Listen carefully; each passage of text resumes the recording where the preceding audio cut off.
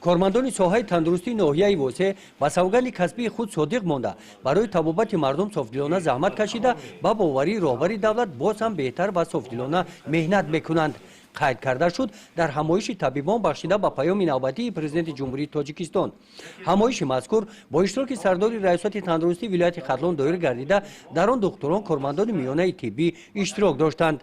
سردار ریاست تندرستی ولایت خطلون میرزاعلی رجبزاده نزد کارمندان ساحه تندرستی ناحیه برآمد نموده نقطه های پیام رهبری دولت را در سمت تندرستی شهر داده در دوره وزنی بیماری کووید 19 از دستگیری های حکومت جمهوری صاحبکاران و شخصان سخاوتمند اظهار مینتداری بیان نمودند. از پیام تا پیام که از طرف جناب عالی پیشوای ملت بسیار در همه جبهه ها برآمد کرده می شود.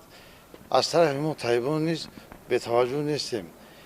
در پیام نوبتی که جناب عالی برآمد کرد ما از سر تا پا سخنرانی آنها را گوش کردیم. در همه ساحات قرار که برآمده بودند.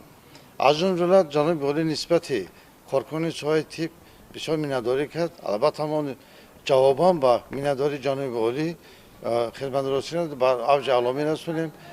کوشش میکنیم که به خلق و وطن خدمت خود را رسونیم. در همایش تاکید کرده شد که در سمت پیشگیری بیماری کرونا ویروس چون پیشتر باید هوشیار بوده و قاعده های بهداشتی شخصی و جمعیتی اعتبار جدی داده همدیگر را احتیاط کنیم. گزارش خواجه نظریف خدای نظر ظهوروف از ناحیه واسه برای برنامه اطلاعاتی نوید.